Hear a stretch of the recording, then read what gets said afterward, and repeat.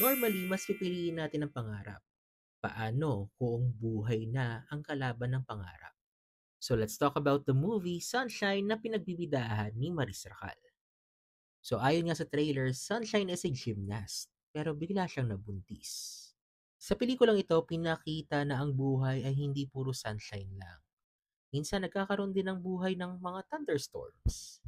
Siguro yung pinaka-thunderstorm dito sa buhay ni Sunshine is yun nga, nabuntis siya, pero meron siyang isang malaking competition na pinapangarap niyang salihan.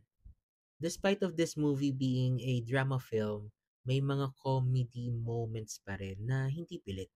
So for me, this movie is really good and this movie has been into different film festivals around the world. At kung gusto nyo nga ng magandang storya na pelikula, Sunshine is the movie for you. Malapit na nga siyang ipalabas sa July 23 na exclusive sa mga SM Cinemas.